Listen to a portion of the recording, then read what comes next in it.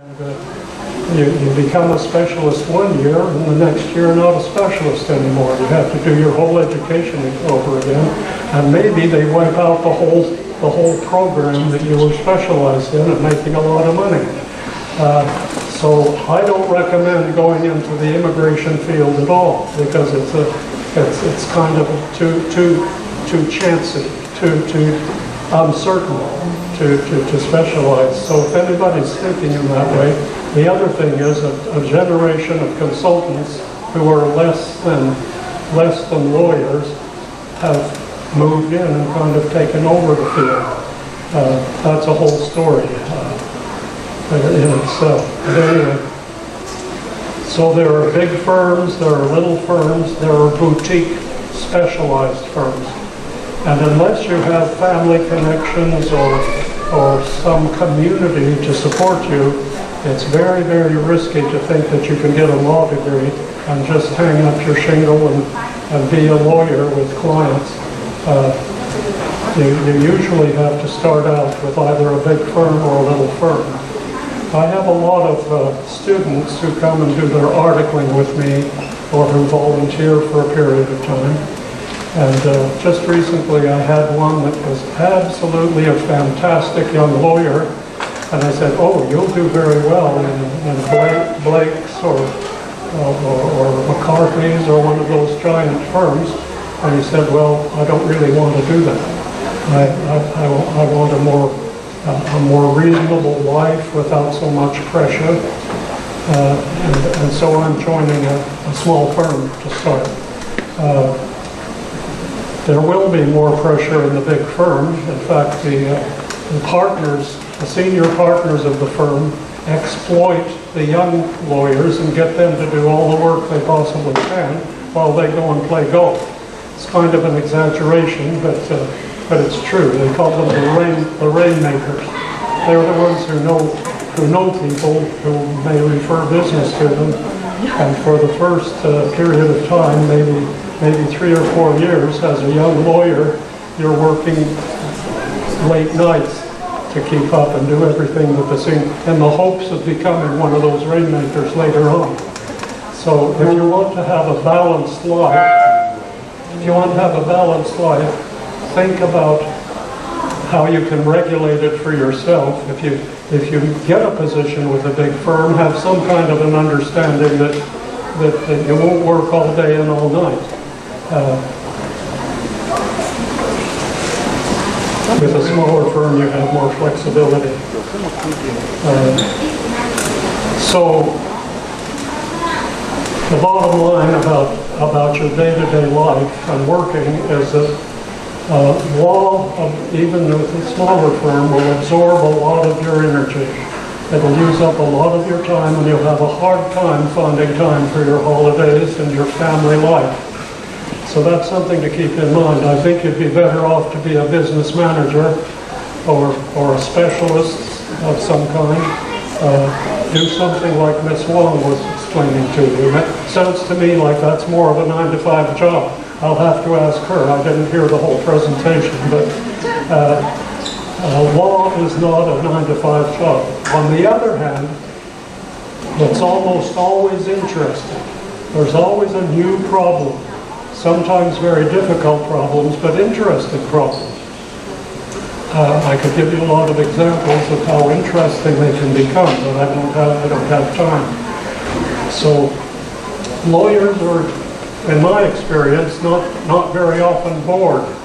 They don't get bored. You have too much to do. You have to solve all those problems, and they develop over time. I didn't mention that there are basically 2 branches. In addition to big firms and little firms, there are the lawyers who go to court, who have the time to prepare very carefully and go to court and make arguments, speaking of communication. And there are those like me who mostly stay in the office and write contracts after the client comes and tells me his problem. So you basically have to decide somewhere along the line whether you're going to do litigation or, what shall I say, contracts, paper. Although I'm a paperwork lawyer, I consider the guys who go to court to be the real lawyers. They're the ones who really research the problem. And after researching the problem, they write up a ton of papers, and then they go to court and argue the case in front of the judge. What you see on television most of the time are lawyers in court. Lawyers defending Mr. Trump, for example. Amazing how they do that with nothing to work with. But anyway, in Great Britain, where our law started, there are two. The ones who go to court are called barristers, and the ones who stay in the office and mostly do writing are called solicitors. In the colonies, there weren't enough lawyers to go around, so they combined the profession, and when you get your certificate, you're called a barrister and a solicitor.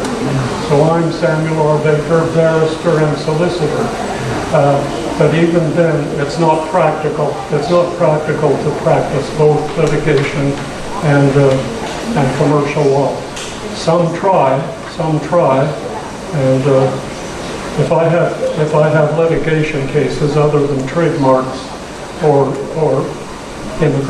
some immigration cases, I refer them to another lawyer outside. I'm almost part of his team. I refer them to him, and I notice that he also does some commercial work, but he's mainly a litigation, go-to-court kind of lawyer. At the same time, it's only a very small percentage of litigation cases that actually do go to court, because it's very expensive for people to pay. The ordinary person can't afford to go to court unless the case is worth at least $100,000. So many people come in and have complaints about the neighbor or some small thing that's happened, and so the first question is, well, can you give me a retainer of $10,000? And I'm telling you that to carry this case all the way through the court will cost you $50,000 to $100,000. So unless you've got $1 million cases, it's too bad. It's part of the weakness of our system.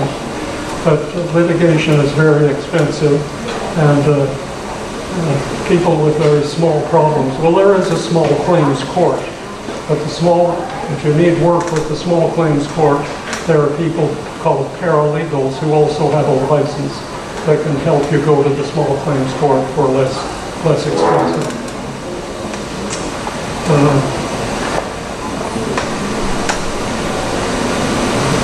I think I'll close with just one other major point.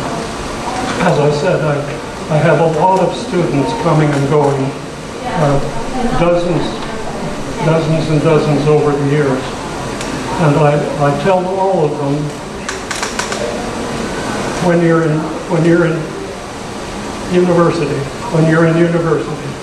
this applies to undergraduate as well as law school, but especially law school. For heaven's sake, don't just be there to get high marks. It's important to get high marks, and you should concentrate on what the teacher says.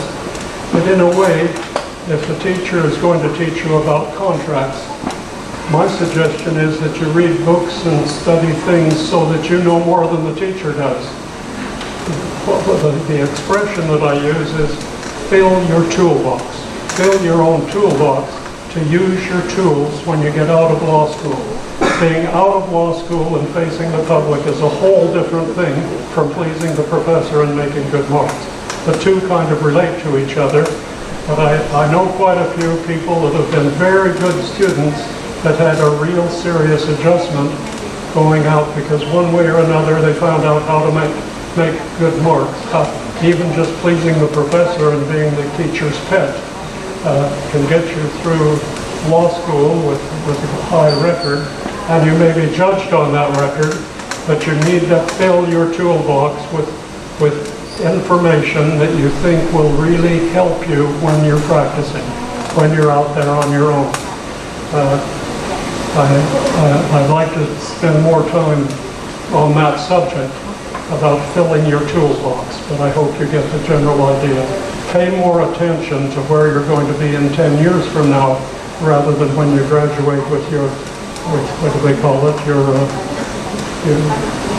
resume or your marks. Okay, I'm going to leave it there for the moment. I'm open to questions.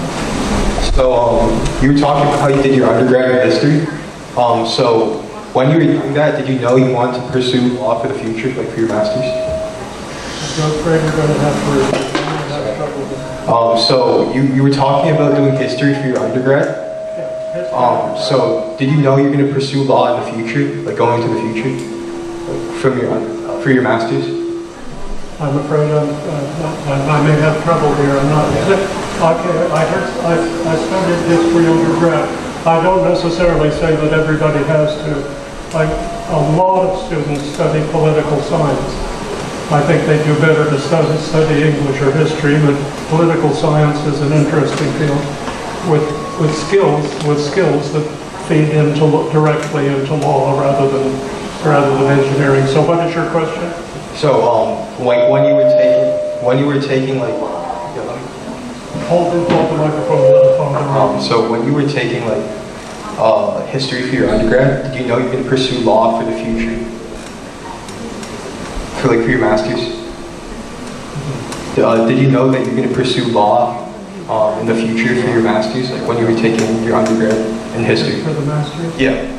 For the masters, I was concentrating on international law. Communication is key to like Good for you. I'm glad you mentioned it. Yeah. Yeah. So, how do you train to become a master? You know what? That's a very good question. Even at the Harvard Business School, they don't have a specific course on communication.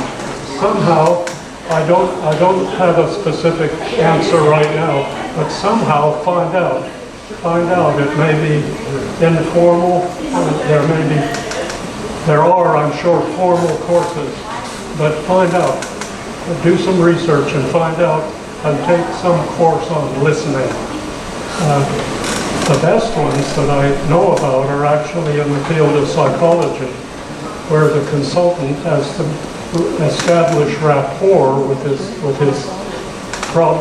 client that has emotional problems or something like that, and he knows how to tune in to what's going on.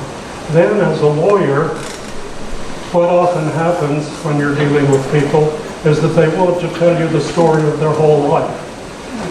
And I enjoy that very much, but on the other hand, you don't have time to listen so much, so you kind of have to boil it down. And what a lawyer's skill is to narrow the facts down to the ones that really matter for the case. So it's kind of a double thing. One, pay attention, listen, tune in, and then pull out your toolbox and define what the client needs to do. Does that help at all? But I guess my answer is, Thank you so much, Mr. Baker, for the presentation. Very, very informative. I know a lot of people here learned a lot.